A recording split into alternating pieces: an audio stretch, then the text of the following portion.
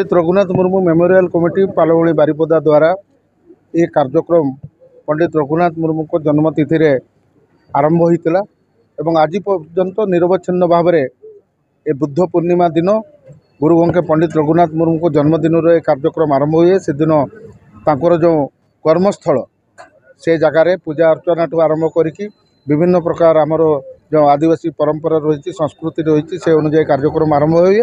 एवं आज हूँ द्वितीय दिन एवं आज राति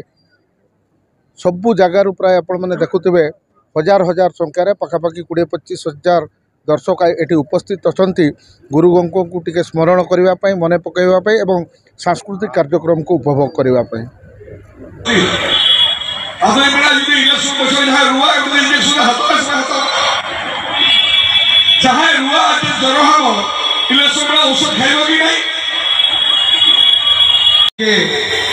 गौरवते नुआ पंडित रघुनाथ मुर्मू दिखना जन्म महादो दिसम जाके मनावया अड़ी रस्करना कथा कना अड़ी रस्करना कथा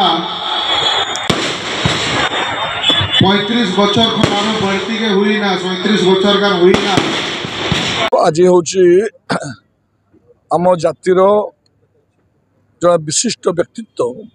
महापुरुष पंडित रघुनाथ मुर्मूंकर जन्म जयंती अवसर ये कार्यक्रम होची गतकाली थिला तांकर जन्म जयंती बुद्ध पूर्णिमा ये अवसर में सबु वर्ष बारिपदा सहरर पालवणी रे जो क्लब टे अच्छी पंडित रघुनाथ मुर्मू मेमोरियल क्लब से क्लब तरफ प्रति वर्ष पारंपरिक रीति जहाँ पालन करा कथा हुए ए वर्ष से कार्यक्रम चली धन्यवाद देवी ये इलेक्शन समय डिस्ट्रिक्ट एडमिनिस्ट्रेशन परमिशन देती कार्यक्रम करने विशेष भाव समस्त आदिवासी भाई मैंने एकाठी हुंती एवं प्रथमे पंडित मुर्मूंकर जो ये तपस्या स्थान थिला पवित्र स्थान से पूजा अर्चना करती एवं परवर्ती मुहूर्त संध्या बेले सबू भाई मान को लेकिन माँ मान को लेकिन गोटे सांस्कृतिक कार्यक्रम उत्सव आरंभ हुए और से समस्त डाकती ए वर्ष से अवसर में आसती बहुत बहुत धन्यवाद देवी अति सुंदर भाव कार्यक्रम कर अवसर में मु समस्त को निवेदन करी माननीय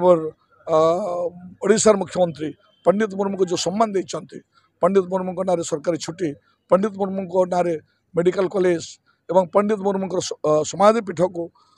अनेक अर्थ देकर किपर भाव में सौंदर्यकरण कर कार्यक्रम कर